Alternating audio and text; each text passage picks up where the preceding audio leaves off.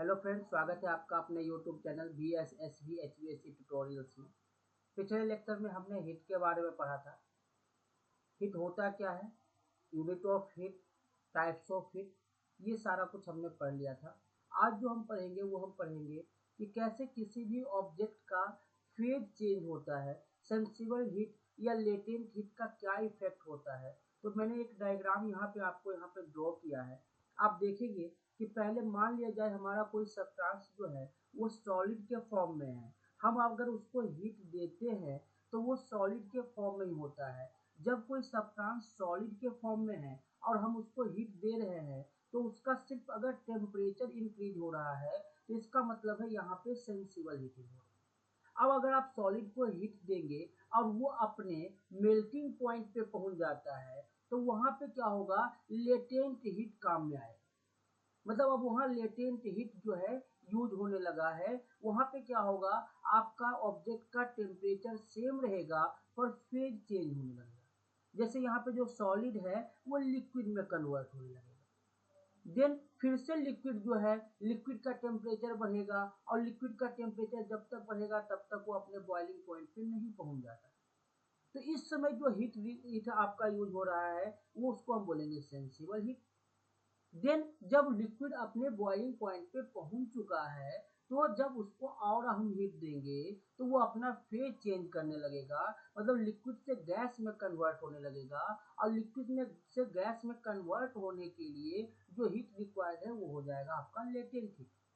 Then फिर से gas का टेम्परेचर जो है वो इंक्रीज होने लगेगा, तो उस समय जो हीट लग रहा है उसको हम बोलेंगे सेंसिबल। ठीक उसी का उल्टा, जब कोई सब्सटेंस गैस के फॉर्म में है, मतलब उसमें हीट ज्यादा है, तो वो जब आप उससे हीट रिमूव करेंगे तो आपका जो गैस सब्सटेंस है वो लिक्विड में कन्वर्ट होगा। जब वो गैस से लिक्विड में कन्वर्ट हो रहा है इसका मतलब लेटेंट हीट रिमूव किया जा रहा है। फिर वो लिक्विड ही फॉर्म में रहेगा पर धीरे धीरे उसका टेम्परेचर क्या होगा, कम होगा और लिक्विड फॉर्म से वो फिर सॉलिड के फॉर्म में आएगा। जब बहुत ज्यादा हीट का रिजेक्शन होगा तो वो सॉलिड के फॉर्म में आएगा, और जब वो लिक्विड से सॉलिड के फॉर्म में आ रहा है इसका मतलब लेटेंट हीट रिजेक्ट हो रहा है। और फिर सॉलिड से धीरे धीरे सेंसिबल हीट आपका रिजेक्ट होगा तो वो सॉलिड फॉर्म से धीरे धीरे धीरे धीरे आपका उसका टेम्परेचर कम होता है। तो ये यहाँ पे हम जब किसी भी सब्सटेंस में हीट को ऐड करते हैं तो टेम्परेचर पे क्या इफेक्ट पड़ता है और उसका फेज कैसे चेंज होता है, इसका हमने छोटा सा एग्जांपल देखा। नेक्स्ट टॉपिक जो हम स्टार्ट करने वाले हैं वो है मोड्स ऑफ हीट ट्रांसफर।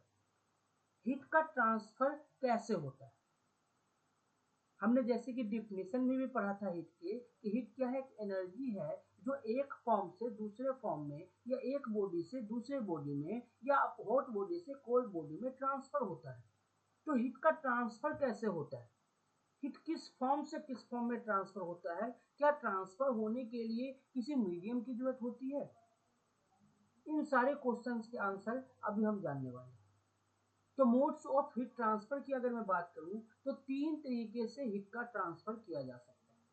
या तो हीट का ट्रांसफर जो होगा वो रेडिएशन के थ्रू होगा, या फिर कंडक्शन के थ्रू होगा, या फिर कन्वेक्शन के थ्रू होगा। रेडिएशन हम तब बोलते हैं जब हीट का ट्रांसफर सोर्स से एंड पॉइंट पे हो through electromagnetic wave without affecting the medium. जब हीट का ट्रांसफर किसी सोर्स से किसी एंड पॉइंट पे बिना किसी मीडियम को चेंज किए हुए इलेक्ट्रोमैग्नेटिक वेव के थ्रू होता है तब हम इस प्रोसेस को बोलते हैं रेडिएशन हो रहा है। जब हीट का ट्रांसफर किसी सॉलिड बॉडी के अंदर होता है, अगर कोई सॉलिड बॉडी है और उसके अंदर हीट का ट्रांसफर हो रहा है तो उस प्रोसेस को हम बोलते हैं कंडक्शन हो रहा है। और जब हीट का ट्रांसफर फ्लूइड के अंदर हो, मतलब फ्लूइड का मतलब है लिक्विड या फिर गैस के अंदर हो, और कैसे हो, थ्रू किसी मतलब जो पार्टिकल्स है, जो एयर है या कोई एयर है या फिर आपका लिक्विड है, तो लिक्विड के मॉलिक्यूल्स के मूवमेंट के कारण अगर हीट का ट्रांसफर हो रहा है तो उस प्रोसेस को हम बोलते हैं कन्वेक्शन। एक छोटा सा एग्जाम्पल हमने बुक में भी देखा होगा कि एक जो है एक लड़का लोहे का रोड लेके खड़ा हुआ है आग के ऊपर, और लोहे का रोड आपका गर्म हो रहा है। वो जो लोहे का रोड गर्म हो रहा है वो हीट का ट्रांसफर एक सॉलिड सब्सटेंस के अंदर हो रहा है, तो इस प्रोसेस को हम बोलेंगे कन्वेक्शन। एक हम एग्जांपल लेते हैं, मान लिया जाए आपकी एक बिल्डिंग है, इस बिल्डिंग का ये आउटर वॉल है, ये मान लेते हैं इसका आउटर वॉल है, और सन है। यहाँ पे सन जो है ये सोर्स का काम करेगा, तो आपके पास एक सोर्स है और इस सोर्स से हीट का ट्रांसफर हो रहा है।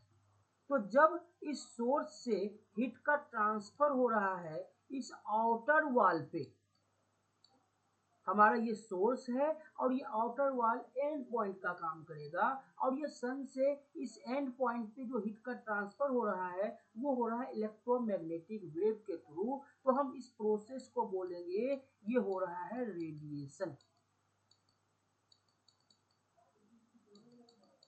जब आपका हीट का ट्रांसफर इस एंड पॉइंट पे हुआ, तो क्योंकि ये एक सॉलिड बॉडी था, ये सॉलिड सब्सटेंस था, ये जो वॉल है ये सॉलिड मटेरियल है, तो जब हीट का ट्रांसफर इस सॉलिड मटेरियल के अंदर होने लगेगा, जब इस हीट का ट्रांसफर इस सॉलिड मटेरियल के अंदर होने लगेगा, मतलब ये जो आपका आउटर वॉल है इससे हीट का ट्रांसफर इनर वॉल में होने लगा, तो इस प्रोसेस को हम बोलेंगे कि कंडक्शन हो रहा है। कंडक्शन, सॉलिड बॉडी में जब हीट का ट्रांसफर हो रहा है तो इस प्रोसेस को हम बोलेंगे कंडक्शन हो रहा है। और जब हीट का ट्रांसफर इस इनर वॉल से आपके रूम के अंदर होने लगा, अब इस रूम के अंदर हीट का ट्रांसफर कैसे हो रहा है, क्योंकि आपका जो एयर है इसके मॉलिक्यूल्स जो है वो मूवमेंट कर रहे हैं, तो एयर के थ्रू जो हीट का ट्रांसफर हो रहा है इसे हम बोलेंगे कि कन्वेक्शन हो रहा है।